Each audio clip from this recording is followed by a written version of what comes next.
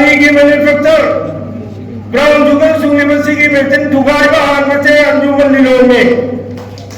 फमुंग हिप्पगा social media की खुथांगदा मीना तौरी बथबकदुदा फई फते लाली चुमी हाइदना comment पीबनदे Himalaya बाकन मंगमोन पागन्ना अतोप जाति अमतगी लाइबु नोमनरोइको कुरान थिंगी लंबी थिंगदना खोतना मयाम क्राइसिस मयाम लेरगसु कुरान बसिगी लंबी दी दुम पुल्लीबा united Meitei Pangal committee UMPC Manipur की अहुमलक सुब फाउंडेशन देग लोइनना लुप असिगी कुमजा लिसिंग अनिग सुपना कुन तरुक्तगी लिसिंग अनिग सुपना कुन निपान फावबगी थौ पुगदबा ऑफिस बियर सिंबु अनियक सुब वसक लौबगी थरम अमा इम्फाल की कुन ममांगदा लैबा लमयान संगलिन पांथोखरे मियोई चा कया तिंदुना पांथोखिबा थरम अदुदा यूनाइटेड मैतई पंगल कमिटी की प्रेसिडेंट अलहज मौलाना मोहियुद्दीन मजाहिरी याउना तोंगान तोंगान मसक नाइबा मियोई कयाना प्रेसिडियम मेंबर ओइने सर्व याखि थौरम मदुगी सर्वम ओइना लमदमसिगी तोंगान तोंगान कम्युनिटी सिंगी CSO लीडर सिंगदसु अचम्म खुदोल पीदुना इकाई खुमनबसु उतके थौरम मदुदा united Meitei Pangal committee UMPC Manipur की प्रेसिडेंट अलहज मौलाना मोहियुद्दीन मजाहिरी याउना तोंगान तोंगान मसक नाइबा मियोई कयाना फोंदोखिबा वफम खरा तमिनसे UMPC मणिपुर की एग्जीक्यूटिव कमिटी की मेंबर मोइना खल्लबा अयहाना अल्लाह सुब्हानहु तआला की अथोइबा मिंगलेन पांडुना वसरजरी मधुदी यूनाइटेड मैतई पंगल कमिटी की चंद कानूना आयनो पीबा मदी मरी लेनबा अबूसिंगा मतम मतमदा सिन्नबा हौदां खुदिंगमल हवाई हक्काम यावना मागोक जगनी ऑर्गेनाइजेशन की अबक थोरम सिंगी अरोलबा नाक जगनी फुरुक कयाना कुंदाबा मणिपुर की अपन सप्तमदा होकदबा अबक लोनसु तौजरो किसान खंगना तौबा असोइब थबक की दमक मरी लेनबा अथॉरिटीना गिरकपदंदी खुदिंगमक सानयाना लौजगनी हारिबा पीसम तुंग इंटीग्रिटी एनी एसगी हंगनबगी होद्रपु मतमदा अचौब चेथेंग अमा पीरिसिना अखोगी एंटी सोशल एलिमेंट की थबुक सिंगसे मसिना अचौब चेथेंग अमा इखोइदा पीरे हाइबसि मसिसु अफोंगो अफोमनी हारिबा मसिगी फत्रबा थबुक सिंगसे सेंदोकनबगीदमक मतम मतंगी एक्शन कमिटी कादाना अमादाना सरकार की लेसन कयाना एजेंट कयाना हबुक लोकत्र लाकी मपुंग भावनी ngमद्री मपुंग भाव ngमद्रगसु मसी होन तबी आरोय मपुंग भावना होन फमथोकी मसीबु काबुदा लाकतारगदी अगो पीस एंड इंटीग्रिटी दा अहोम अमत लैरोय हाबसी चप्ताना थाजबगु लोइनना हौजिक हौजिक मक्सु मांग क्या कहना हो नगरे मणिपुर गवर्नमेंट की एजेंट क्या NCB ना एक्साइज ना लेजिबाई को की नापना डिपार्टमेंट क्या ना उवंगम दबा उठोपंगम दबा अंजुमन लीलों की हेडक्वार्टर ना कानी की मैन्युफैक्चर ब्राउन शुगर सुंगी की मेचिन थुगाई बहार बचे अंजुमन लीलों में अंजुमन लीलों का मफम अहुमदा थुगारबा फागदबा NCB की हेडक्वार्टर दिल्ली की एवार्ड पिरक करवासी की मतुंग दनी कोई की लेजिबे एजेंसी सिंगा आर्मी ना अमसुंग NCB नत्रगन नापना कमांडो ना पुलिस सिंगा अगर से की थुगारबा होगी थगे सिंगा असी को मोफम कया दगी कोइना फोम नु उल्ले अमसुंग खांगे अगर की CSO सिंचे अदु यामना इखोगी लमदम मसरसु दरकार नहीं तौदबो थमोय सेंगना थबुक तौबो दरकार नहीं अखोय थमोय सेंगना थबुक तौमिनबो लोइना अखोगी इरंगम मनपुरसदा पीस ओइना पीस अमसुंग डिग्निटी फंगनबगदमक्ता मतम खुदिमक्ता थबुक पाइखननिनसी हाइबसि मेसेज अमा पुन्नमक्ता पिजरी हौजे हौजिकी लैरिबा मतम मसिदि अखोय हिस्ट्री फाकलगे एंगो मतमना गसिदगी चाही लिसिंग अमगा चामरी चांगागी ममांदा संसारदा लेरंबा मतम मतो मागी मागी अनिंग ममगी मतुंगिना हानिंग ममी बेताली अना खंदे अहन खंदे अनु खंदे हरा खंदे नुपी खंदे हाथ पत्तोपा हानिंग मम मतंदा फाय ताथोनिंग मतंदा ताथोई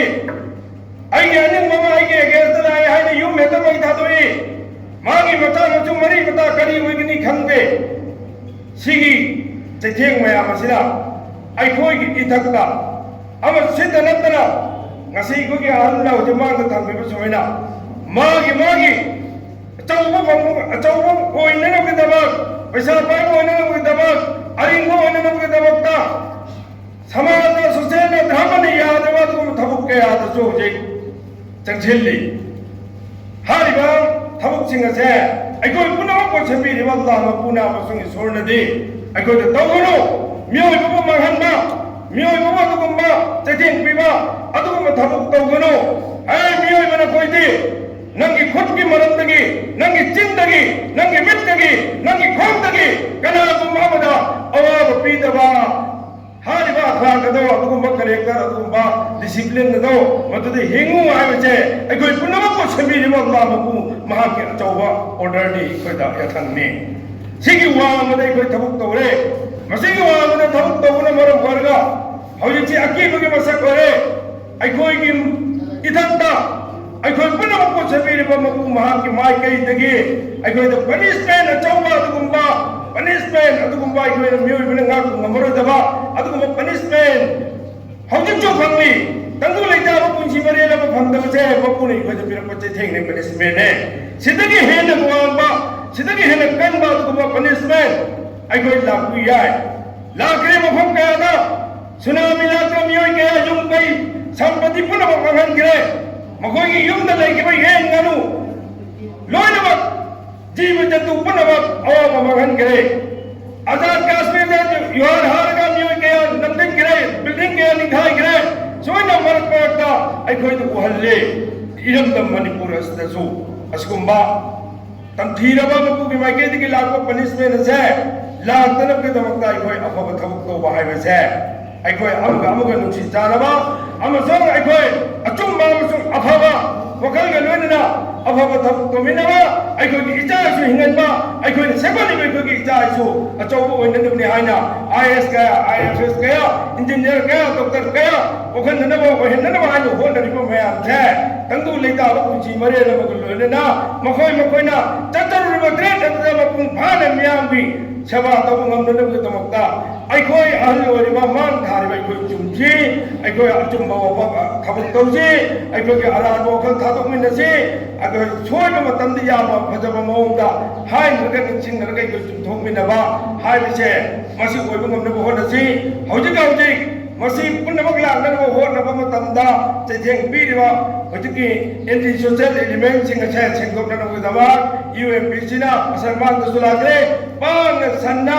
अखोई लेमिनरिबा मैतै पांगल की खुलाई असदे लेरिबा अखोई मसाजिद लाइसंग सिंग असिगी इमाम ओरिबा कमिटी की प्रेसिडेंट सेक्रेटरी यावा खुनभम सिंगी पुंचिनरगा अखोई मसेन से कन्विंस तौनबगदबा यामना फजबा उसी मरल दलागनबगदबा तौरिदबा तबगदगुम्बा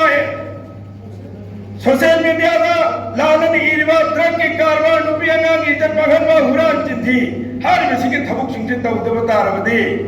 आइने लालुद्रबदी आइने सोयरुद्रबदी लांदबी मोंद सोयदब इंगोदा कना गुमम न भाई अथीम सहारो कना गुमम न इंगोदा करेम नबसु लाहोय कना गुमम न आइगोले हंदिंग तबसु ओय कना गुमम न आइगोदा ममिन सुखानी एंगोय अदु बेतारगदी आइगोय अरानवा अखोई यादवा अखोई पुनमक को समीरबा मकु अल्लाह की माइकैदगी ईश्वर की माइकैदगी तौर हाना थिंगखरबा थबुक सिंग असे मसी कोई थादोकमिनसी अखोई की इरमदम मसिबो कलौदबा यादे हाइबो खोंजंग अदु लेमिनबा नत्तना अखोय मसें खाइबुं खाइबुं तौबा मामगी मचत अमखक्ता नाथैदुना कनागुम्बा खरना अदुम तौजरबजनी हाइदना फमुंगदे हिप्पगा सोशल मीडिया की खुथांगदा मीना तौरिबा थबकदुदा फै फते लाली चुमी हाइदना कमेंट पीबनदे इमालेबा कनबा ngamon ngasi हाइरिबा लालोन वाइफाई की दुकुमलबा मियोय तरुक फाबदा जाउना सेनरिबा खुंजासी अमदी लालबोय फाबसी अल्टीमेटम थारसु ngasi फाबो फाद्रिबा दो लमदम सिदा लेइबा अखोय खुदिमोना पुंसिलगा मफम दुदा संगगा माबु फानी हाइदना अखोय होदबदी करी काइबो अखोयना फाजगदबनी हाबी गदौना फारक्त्रदे अखोयना फारगे मफमदो अखोयना कोबिंग ऑपरेशन दो अखोय तौजरगे खुंगंदु तौथोखरगे लहेलरोगे हाइबसी अखोयगी अदुगुम्बा स्ट्रेंगदुना उरतो कांगदा लाइबा लैंगांगसे अचुम मरो लोनगदबनी अखोयगी अदुगुम्बा तौदे अखोयगी दहना फंबा रेली चटपा क्या सुमो कापसलगा सोबो हॉस्पिटल ता पुखरपा अदुगा सोशल मीडिया का थागतपा अदुगा दुम लोय लान तौरबदे इमालेबा कन्ना तारगदे होय ई खरदि कटपताय जेन जंग कीदबताय मिफा मिपुम खरदि मायुनबताय कीदबताय मिफा मिपुजु तौनिंदबा ई जु थोकनिंदबा जेन जु जंग कीबतादि इमालेबा कन्ना ओइथोय ngasi oiriba phibam sidagi adungai ipai kusing tawra mathudang dugi matam dugi adugumba phibam duna de ngasi di khuju khulai matik sana leba sakhat chakhat abal matam ama hoibana adugumba khuju khulai gi chakko ma pangal magi manung duda adugi makha duda adugi nakal duda koi pai le sidaba koi lanthing na dori ngasi di puli bu khudi makta imaleba kanna gi adugumba thauna pangal amade koi masin num sinaba thamoni yana sinaba duni sumna khaki pariyang le paka khut samnaraga imaleba kalla silaubane yaro thamoi khudimak samnaba mathau ta thamoi samnadaba dunani koi choi kai sina lamdam sina ekoi ngasi kari oigani hayeng kari oigani hai ba su hai mamti ai su matung kaptana hati budugi manung jana ai su siram ki bane yung mai jak tu ngasi thau mai da hanjan bangam dana so champur dagi mode dagi kangong ini sele ki ba khunjang sing ke sumai na koi ba se koi na sele ki bi maram ni si ki phibam si da su leng da lai ta ni ai koi chen ban na ta si ban na ta upai le ekoi sabagi social media da karan turan ngara basigi wara patem baise pangan society pangan ki se so makhai le di yamna tawi me amna sure ko big brother singsigi se so singsin ngang mu ta tadri ha phaja bane moi da ha pati tai ko direct hit to basi ta da khudi ki direct to basi ke roga wa bi latra da wa ingda mo bi nala nga suya wa ilangaro daga lukham ta ga daga turian dei rupang lai budin na hong du da thar ga nei ba table du da lai pa chang ke dori do themun no dia ro sugum basi khara haida ningi aduga paganna atoppa jati amata gi lai bu nok na roi ko quran na thingi hek lai ri ba hindu lai ningi ram oi gera krishna oi gera अंगे महादेव वगैरह जो भी लाइरिबा मैतई की Ibu तो इबेंद वगैरह line तो सना में वगैरह पावन नाम तनो नरो अंडरस्टिमेट तो मरम करेगी कुरान कन थिंगी नंग नमी की लाइव नोम न वगदी नंग थाता जरिबा अल्लाह मको अचो तो ओंखन लगा है पदा अल्लाह वो ngang सी बदुगी गुना दो अचो पाप तो नंग पुगने बा नंग बिमो दा रुबई ने कुरान दा Yawali aduna nok na royo sila mo ning mane ngasi thaga tarakpa all Manipur Student Organization na katoro thaga eba mai si fake account ni mami ngasem bayaw ke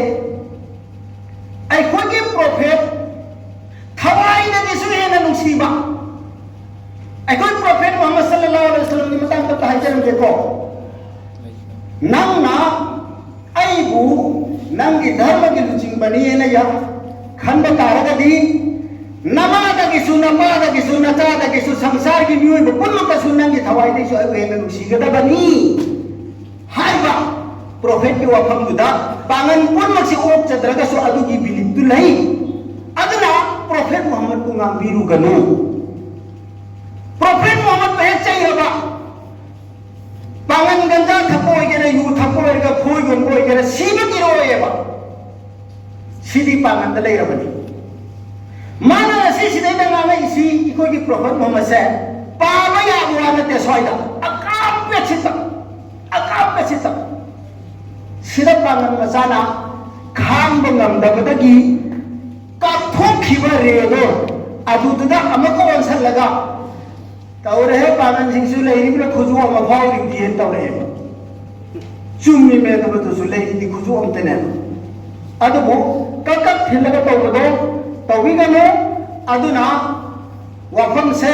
यामना हाइना नब लेबनी अदबो यूनाइटेड मैतै पागन कमिटी ना अखोय मरोइना drug योनिबसिन drug कारबार तौरिबसिन social media दा कारण तुरंत तौरगा community पुनवपु थीना यातना नब तौरिबो पुनमसे कियोर तौना नबगी दमक्ता यामना फदबा खोंताम लखलपसिदा all Manipur ओलमा काउंसिलना ममांदा लखतना लाखरबा क्यामबैदा कोटादा मफम Khardah लाखरबा अमनी अमक यूएमपीसीना मसिदा थौदाम लरपसे हाइनंगाय लेतना थागली अदुगा मसिदा cooperation पीबा याबो पुनमक पिमिन नगनी है तो कम से थमजरी लंबी थिंगदना खोतना मयाम क्राइसिस मयाम लेरगसु कुरान बसी की लंबी दी दुम पुल्लीबा अदुना अखोइना यामना कुपना येंबगी तंगाई फदब लेरिसि करिनो आरकांदा खुनाई सिगी मायोन सि पुना बोनाबदा यूनाइटेड मैतै पांगल की लेबिदी विषयाव सिंगा साय हाबिरमदो खुनाई सि लाखपदगी होना कोई पुलसिरोल से मणिपुर खुंदा बिनेरी कांगोसिंगसे कोई खेनबा सिदि लेतब यारोय अदुबु खेनबा हेनमलसु कुदों मयाम दा वारुम लई तौबदबु अमगा कम्युनिटी अमगे पुंसी मही खेनरपे मैतै सु लोइना नुगायना खनबिबदि लागनी मरमनि कइनो गा मैतै दि वाबा मयाम लई तानिगाय तने हुजिसुनि स्टिल कोई स्कूल चल का यूनिफॉर्म से यूनिफॉर्म ले लो पैसा लेते ड्रॉप आउट तो रही मेरे को लो उड़का मी खुलम चलगा अजिरा सुरग हिंगा को मेदे मैम सुले अदु मिते द जुरान गले मदु आई कोइना कमाइन कंट्रोल तो वदगे है मसी कोई पुन खनमिन बम संगे दुगा आइगी कोई वकल दी